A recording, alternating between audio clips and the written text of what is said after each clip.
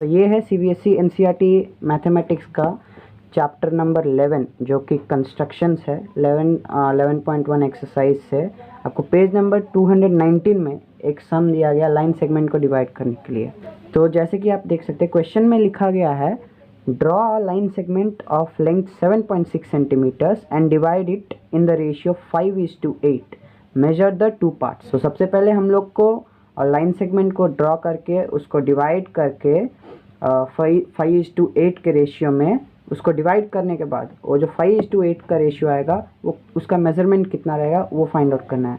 तो अब इसको डिवाइड कैसे करते हैं, लेट अस फाइंड आउट। सबसे पहले हम अपने कन्वीनियंस के लिए ये जो डायमेंशंस दिए गए हैं उनको लिखेंगे।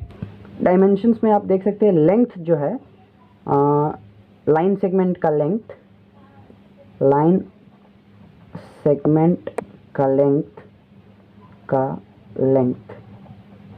आप हिंदी टू इंग्लिश कर सकते हैं। मैं अभी बस एग्जांपल के लिए आप लोग को हिंदी टू इंग्लिश में बता रहा हूँ।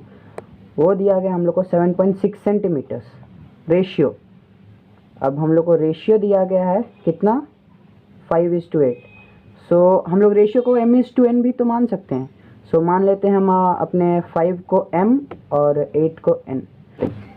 सबसे पहले आप एक रूलर लीजिए, स्केल जिसे बोलते हैं। 7.6 सेंटीमीटर्स का एक आप लाइन सेगमेंट खींच दीजिए। 7.6 सेंटीमीटर्स का आप देख सकते हैं यहाँ पे लाइन सेगमेंट हो चुका है। Wait, let me zoom. अब 7.6 सेंटीमीटर्स के बाद आपको एक एक्यूट एंगल, ये अब आपको 7.6 सेंटीमीटर्स हो गया। आप इसको चाहे अपने कन्वीनियंस के लिए तो आप अभी ही डिनोट कर सकते हैं, लेकिन आपको बाद में भी कैसे भी डिनोट करना ही होगा। So I suggest you to denote now only for your convenience. So let us keep this point as A and this point as B. इस फुल का लेंथ हम लोग को पता है कि 7.6 सेंटीमीटर्स है, but let us not mention right now, will mention later. Now आपको लाइन सेगमेंट डिवाइड करने के लिए ए से एक रे गुजारना पड़ेगा।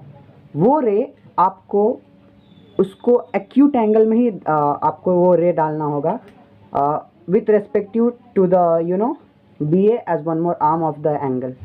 आप चाहे तो ये प्रोट्रैक्टर भी यूज़ कर सकते हैं, but I suggest you to free hand से आप पहले एक रे खींच दीजिए। मतलब जितना ही आप लंबा खींचिएगा या फिर जितना ही एक्यूट एंगल आप मान के चलिए कि 40 डिग्री से 60 डिग्री के बीच में रहना चाहिए। सो वहाँ से आप एक एक रे खींच दीजिए। अब आप लोग पूछ रहे होंगे कि रे में तो एक तरफ से नॉन एंडिंग रहता है, मतलब एक तरफ का स्टार्टिंग रहता है और एक तरफ तो वो एरो डिनोट किया जाता है। बट लेट अस वेट, क्योंकि यहाँ पे हम लोग को और कुछ करना है। वो जो एरो है यहाँ पे वो हम थोड़ी देर बाद ऐड करेंगे। अब आप कंपास विथ पेंसिल लीजिए, ठीक है। उसके बाद आप कोई भी एक कन्वीनियंट सा छोटा सा लाइक 1.5 सेंटीमीटर्स और 1 सेंटीमीटर्स के आसपास का रेडियस ले लीजिए ऑन द कंपास। अब आप यहाँ पे देख सकते हैं m:n का रेशियो है। m:n का रेशियो में आप 5:8 देख सकते हैं। हमको इस रे पे अब आर्क्स ड्रॉ करने हैं। सो यहाँ पे अब हम कितने आर्क्स ड्रॉ करें ताकि हमको ये लाइन 5:8 के रेशियो में डिवाइड कर सके। सो उसके लिए आपको जो भी रेशियो दिया जाएगा उसको आप m:n मान लीजिए, या फिर नहीं भी मानते तो इट्स ओके। m:n मानने के बाद m+n कर दीजिए। m+n कीजिएगा तो 8 + 5 आएगा, कितना हुआ, 13 हुआ। जो भी m:n रेशियो आएगा उतने नंबर ऑफ आर्क्स आपको इस रे पे ड्रॉ करने हैं। सो let us draw the arcs. We got the sum of the ratios as 13, so let us draw 13 arcs on this. Let's draw। A के ओरिजिन पे रख के पहला आर्क हो गया गाइस। दूसरा आर्क, तीसरा आर्क, सॉरी गाइस थोड़ा सा इंकन्वीनियंट हो रहा है। ये रहा आपका चौथा आर्क। सॉरी उस तरफ से लाइट फेसिंग है। सो 4 आर्क्स होने के बाद अब आपको चाहिए होगा यहाँ पे फिर से पॉइंटर रखें। Now you need to draw the 5वां arc. Wait guys, let me draw you, I mean let me draw and show you for now. Page मैंने टर्न कर लिया, चाहे तो अपने वीडियोस को टर्न कर सकते हो फोन को। ये मेरा हो गया 5वां आर्क। ये हो गया छठा आर्क, सिक्स्थ आर्क,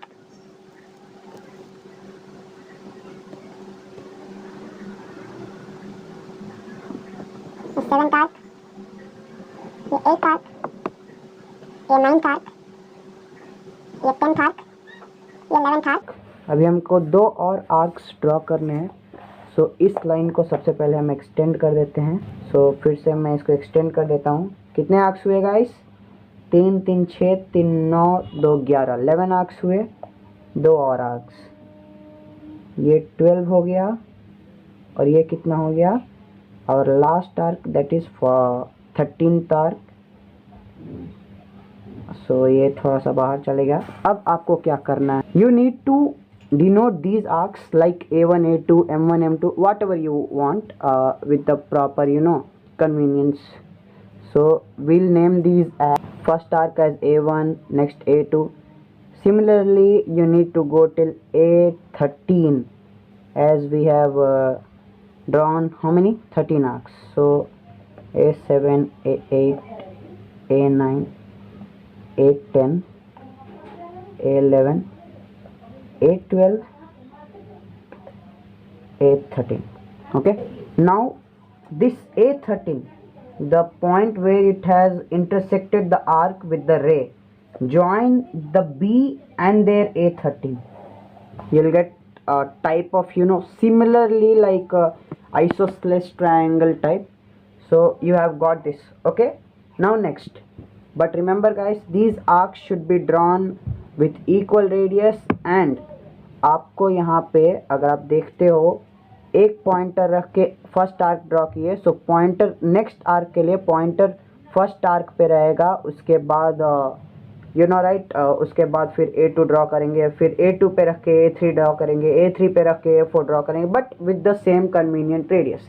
अब आपको फिर से ये 1.5 है, I mean हम लोग कितना लिए थे?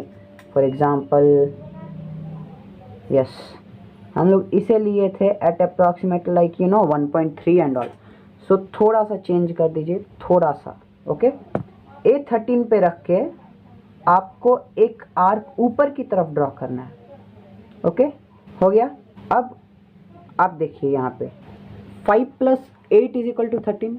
ओके, सो 13 अब आपको 5 के बाद आएगा, बिकॉज ये कितना बोल रहे हैं हमको डिवाइड करने के लिए? 5:8, राइट। सो 8 रेशियो के लिए, मतलब 5:8 अगर है, so this for this part, for n part of the ratio हम लोग ने एक आर्क ड्रॉ कर लिया है। नेक्स्ट आर्क हम लोग को अब A5 पे रखना होगा। A5 पे रखने के बाद वहाँ से एक लंबा सा आर्क आपको इस तरफ right side, towards right side खींच लेना होगा। नेक्स्ट पार्ट आप देख सकते होंगे, ये आर्क में, इस आर्क में आपको ये वाला एरिया मेजर करना है। सो इस वाले एरिया को आप अपने कंपास से मेजर कर लीजिए। Okay, it's this much.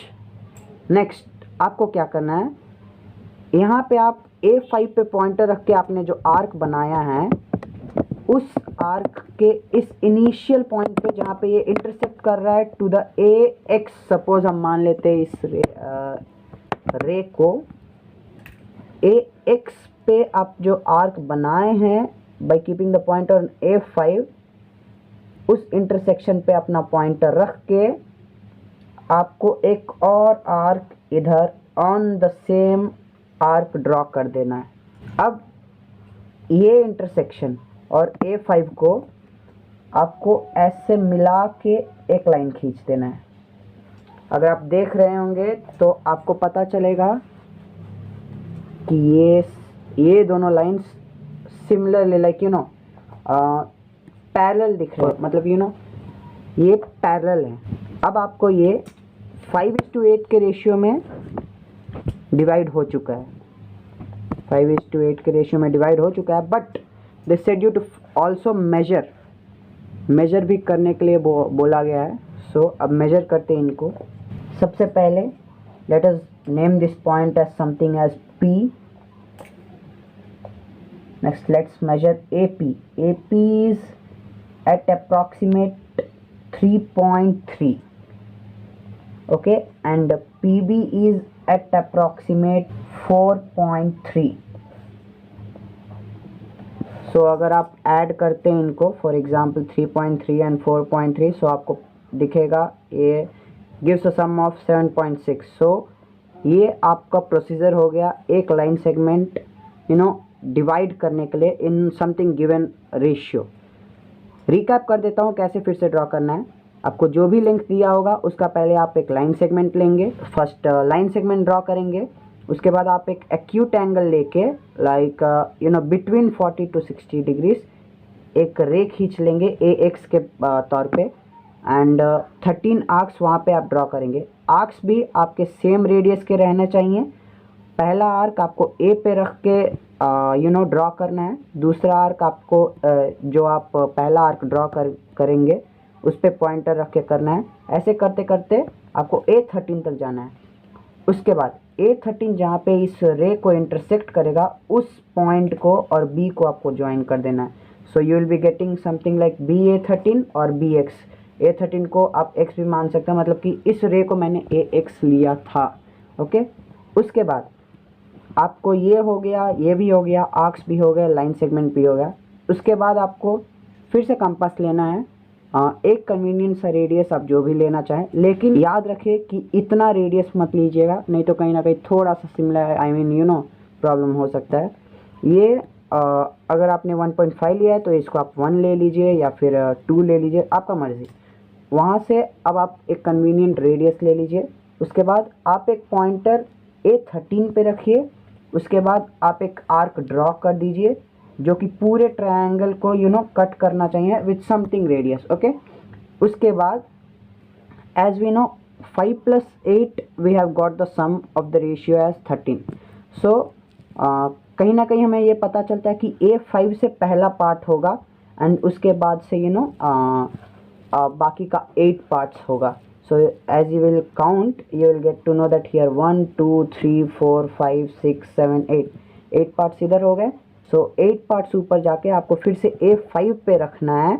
A5 पे रखे आपने जितना रेडियस इधर लिया था, मतलब कि इधर जितना आपने कंपास पे रेडियस मेजर किया था, A5 पे रख के फिर से वैसे ही उतना ही रेडियस का एक आर्क ड्रॉ कर देना है. उसके बाद ये वाला आर्क जो है, जो आपको लास्ट में मिला है, इसका आपको मेजरमेंट लेना है only with your compass. Do not measure with your scale और ruler, only with your compass आपको मेजर लेना है दोनों पॉइंट्स पे, BX लाइन सेगमेंट पे और AX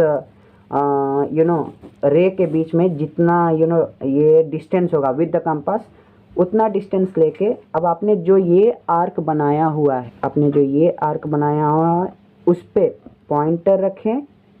उस पर पॉइंटर रख के इस आर्क को थोड़ा सा कट कर देना है, इंटरसेक्ट कर देना है, और इस आर्क को एक और आर्क से कट कर देना है. उसके बाद अब आप जो ये आर्क से इस आर्क को कट करेंगे वहाँ पे एक इंटरसेक्शन होगा. उस इंटरसेक्शन को A5 के पॉइंट से ऊपर ले जाइए, ऐसे स्केल से लेके, with the help of scale ऊपर ले जाइए. आप उस पॉइंट को P के बतौर मान सकते हैं. उसके बाद आपको ये दोनों पैरेलल मिलेंगे. इस समय बोला गया है मेजर द 2 पार्ट्स ऑल्सो. सो आपको इन दोनों पार्ट्स को मेजर कर लेना है विद द रूलर और स्केल. आपको जो भी आएगा उसको आप मेंशन कर दीजिएगा नेक्स्ट पेज पे. अब देखते हैं इसका स्टेप्स ऑफ कंस्ट्रक्शन क्या होगा. स्टेप्स ऑफ कंस्ट्रक्शन के लिए आपने जो भी यहाँ पे प्रोसीजर्स फॉलो किया है, हमने जो भी प्रोसीजर्स फॉलो करके इस डायग्राम को बनाया है, डायग्राम बोले या फिर फिगर को बनाया है, उसको आपको वर्ड्स में लिख देना है for the steps of construction. आपको कुछ वर्ड्स यूज़ करने होंगे like with convenient radius, simultaneously arcs, 13 arcs, join x, and now you see this PA5 and BA13 or BX are parallel to each other. If we measure the radiuses, if we measure the distances of the ratio, then we will find 3.3 and 4.3 as their measurements or dimension or length. So that's it for today's video. Meet you in the next video. Bye.